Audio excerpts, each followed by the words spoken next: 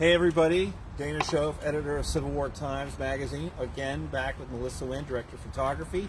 Now I said we were going to leave the Bristoe Station battlefield in our last little episode, but we haven't because Kevin and Rob mentioned a place that we really wanted to come and see, and that is a section of the battlefield that's preserved here known as the Alabama Cemetery.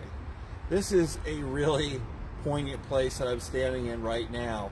And if you pan down, Melissa, you will see a very crude headstone. And then come on back up. And as you pan, you'll see it's been raining and we've had snow melt. It's really wet. And you'll see those low spots with water in them. Can you pick that up okay? Mm-hmm. Those are graves. Those are graves of men documented from Alabama that are buried here. And I think there's 41 or so, you said? More than that, about 90. 90, but there's 40 ID'd or something. Right, yeah. Some number 40.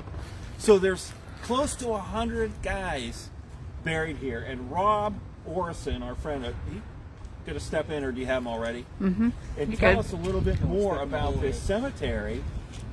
And you said there's others on the property, you don't know where they are, but this is from a camp. Right. So, as Dana was saying, this is the Alabama Cemetery. There are about 88 to 90 guys buried here. We actually have one of our good volunteers, Jeff Joyce, researching the names right now, going through Compile Service records.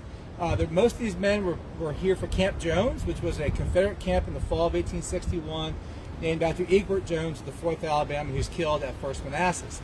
These guys are camped here for about 2 months, and then they leave and go east toward Dumfries, Virginia.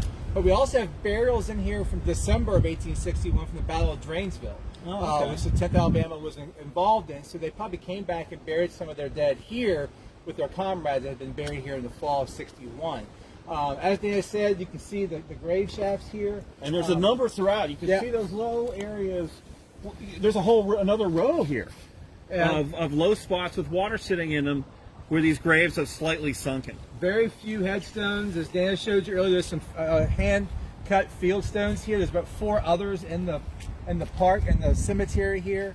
Back in 2009, we had Eagle Scouts come in and clear this out, fence it off. We interpret it as part of our trail here at Bristoe Station. But as Dana was mentioning, 1861, the Confederates were camped here at Bristoe. There are 5 large cemeteries documented here: Mississippi, Alabama, where you're standing, Virginia, North Carolina, and Tennessee. The other 4, we don't know where they are. We've done some archaeology looking for Mississippi. We have documentation that Mississippi Cemetery is near the Alabama Cemetery, but as of right now, we've got to find it.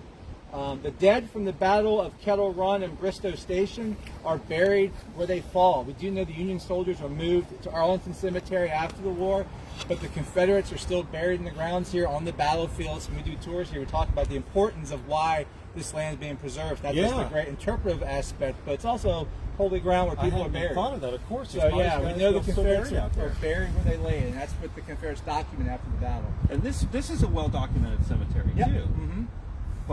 And you don't think these bodies were never exhumed? We don't think they're ever exhumed. In the early 1900s, some people from Alabama come up and say, we will take these guys up, take them back to Alabama. The landowners here promise to take care of it.